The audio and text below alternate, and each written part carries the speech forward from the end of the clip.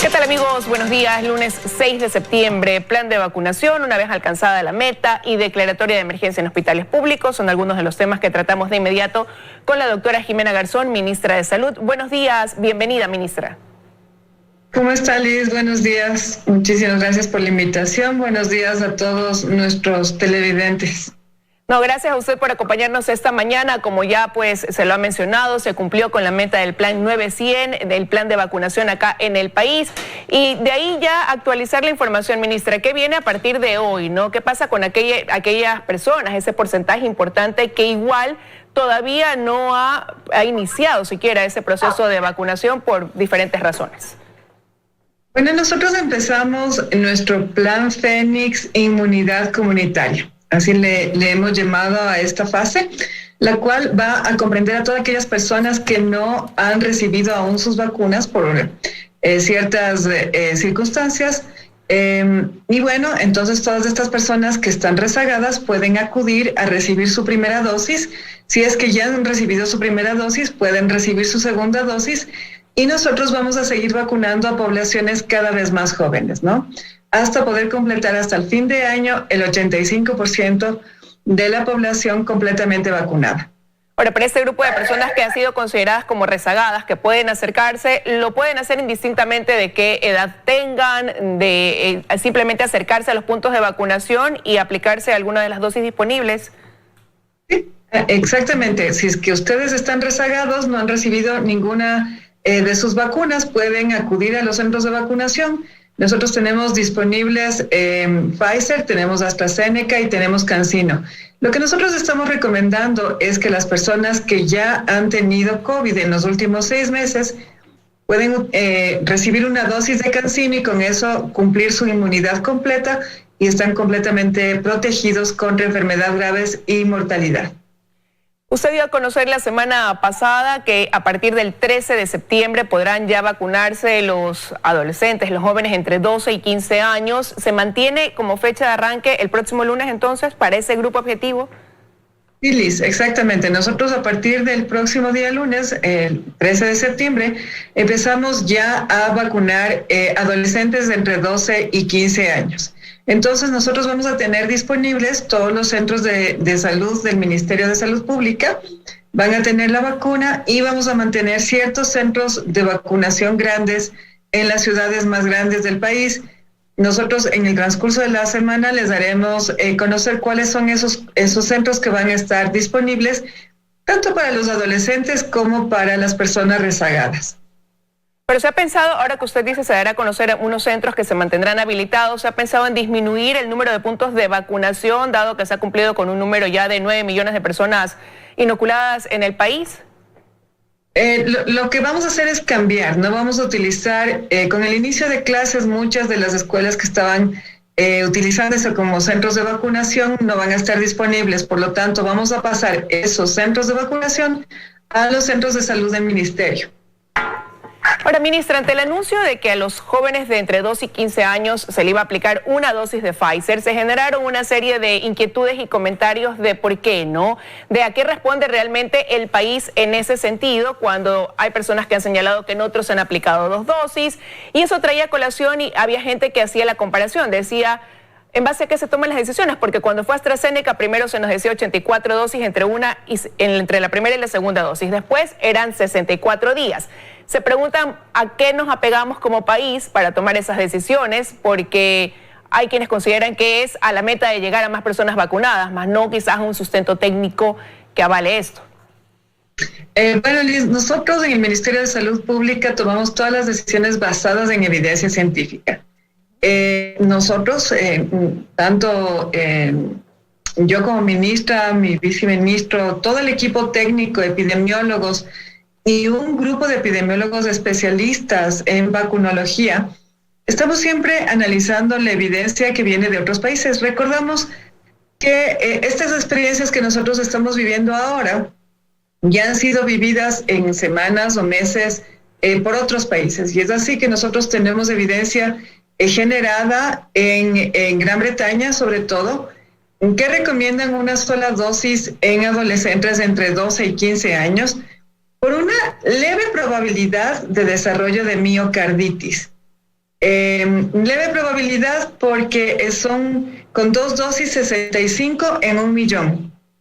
Es decir, cuando en esta población que en otros países ha recibido 2 dosis de vacuna Pfizer, tienen una probabilidad muy escasa pero existente de desarrollar miocarditis. Como le digo, la probabilidad es baja, 65 casos en 1.000.000, pero existe. Entonces, nosotros tenemos las dosis completas para poner 2 dosis en población adolescente. Sin embargo, hemos evaluado el riesgo y recomendamos que se ponga una dosis y un refuerzo en 6 meses. Sin embargo, si es que el padre de familia decide que su niño tiene que recibir las 2 dosis, pues tendremos un consentimiento informado disponible para que lo puedan llenar y que el niño reciba las 2 dosis. En adolescentes que tienen problemas inmunológicos, sí, se les va a poner la dosis completa, las 2 refuerzos.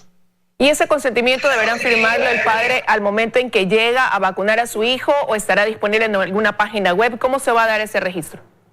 El consentimiento informado en los lugares donde existe internet será electrónico. Nosotros enviaremos al correo electrónico el consentimiento para que hagan un clic, den el consentimiento. Y en los lugares que no exista internet, pues lo tendrán que llenar a mano y nosotros lo registraremos físicamente para luego subirlo a nuestro sistema informático. Ahora, ministro, usted acaba de decir que quizás en los jóvenes se les aplicará un refuerzo después de 6 meses. También se analiza para aquellos que ya se vacunaron con las 2 dosis, incluso la necesidad de una tercera aplicación de Pfizer. ¿Cómo se prepara el país ante eso, no? En abastecimiento de vacunas, en tomar o no esa decisión también. Bueno, nosotros tenemos al momento disponibles vacunas suficientes como para cubrir a más del 85% de la ciudadanía. Estas vacunas van a ir llegando poco a poco mensualmente porque muchas de ellas vienen con el mecanismo COVAX. Entonces seguiremos teniendo una buena cantidad de vacunas. Nosotros tenemos aproximadamente 33 millones de vacunas que hemos contratado, de las cuales nosotros ya hemos aplicado aproximadamente 20, un poquito más de 20 millones. Tenemos todavía vacunas suficientes para cubrir a toda la población. Y estamos haciendo como parte del Plan Fénix una inmunología a nivel del país para determinar cómo van la inmunidad a nivel comunitario. Vamos a hacer un muestreo aleatorio para determinar la cantidad de inmunoglobulinas, cómo va la inmunidad en toda la comunidad, en diferentes estratos de edad. Y según eso nosotros iremos determinando la necesidad de una tercera dosis. No lo haremos por una simple, digamos, que experiencia en otros países, sino será determinada por los registros que nosotros vayamos obteniendo a nivel de todo el país. Es una decisión que la tomaremos dependiendo de los datos que registraremos a nivel comunitario. Y quiero cerrar este tema específicamente preguntándole sobre lo que se ha anunciado también, esta posibilidad de reactivar el INSPI. El gobierno está en conversaciones con China, posiblemente con Rusia, para ya producir vacunas acá, una vez que se consideraría que el COVID llegó para quedarse. ¿Cuánto tiempo pudiera tomar dar paso a una decisión como esta de poner otra vez operativo el INSPI? Bueno, nosotros ya estamos en la marcha justamente de convenios con instituciones privadas para la construcción de un centro de vacunación, de generación de vacunas y también de biológicos. Han sido unas conversaciones muy productivas.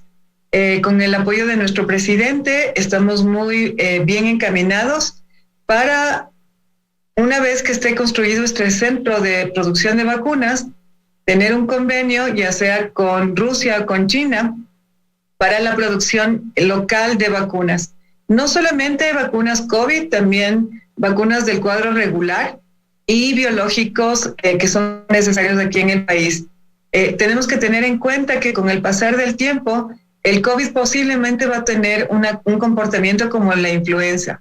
Es decir, que nosotros vamos a tener la influencia de los dos polos, ¿no? Del polo norte y polo sur. Es decir, va a haber mutaciones de ambos lados que va a producir cambios en la estructura del virus.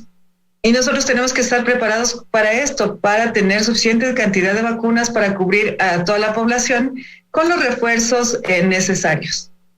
Ministra, me gustaría pasar ya a otro tema. El 12 de agosto se declara la emergencia en los hospitales públicos, y esto después de realizar visita sorpresa, de ver el diagnóstico, aunque la realidad ya es conocida, ¿no? Esta falta de medicamentos, falta de insumos, equipos que no sirven. Se habló primero de la adquisición de 123 fármacos para dar como un paliativo para aquellas enfermedades que no pueden esperar, que requieren un tratamiento. Se ha adquirido el 67% de esas medicinas. ¿Cómo ha sido distribuida en los 135 hospitales o cómo va ese proceso de distribución de esos fármacos? Bueno, el proceso va muy bien. Yo quiero agradecer a todas las distribuidoras farmacéuticas y las farmacéuticas que han participado en esta convocatoria que nosotros hemos hecho. Se nota que tienen predisposición para poder ayudar al país a salir de esta crisis.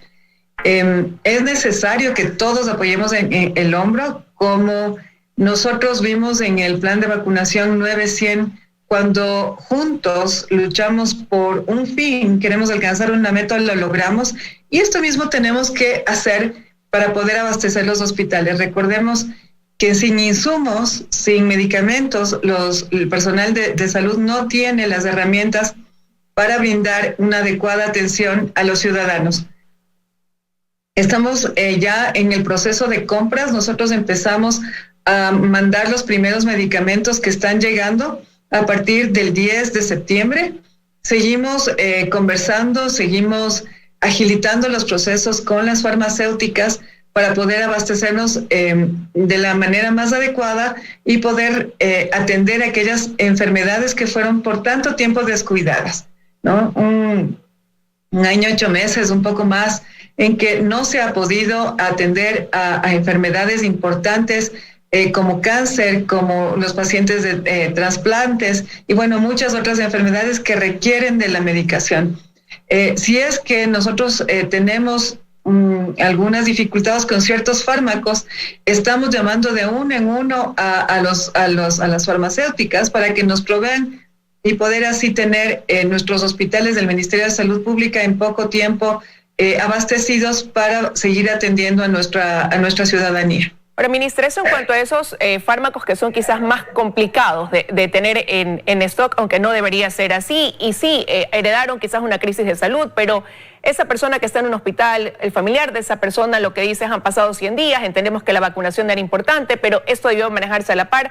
¿Cuánto tiempo más tenemos que esperar para que no nos manden ni siquiera a comprar una jeringuilla o no nos manden a comprar una gasa? Porque ni eso hay en muchos hospitales. Hemos realizado el recorrido por ellos y hemos constatado que eso ocurre y el sentir de la gente, ¿no? Entonces, ¿cómo decirles a ellos hay que esperar más? ¿Qué acción se va a tomar en el cortísimo plazo para poder paliar esa realidad tan dolorosa en el país?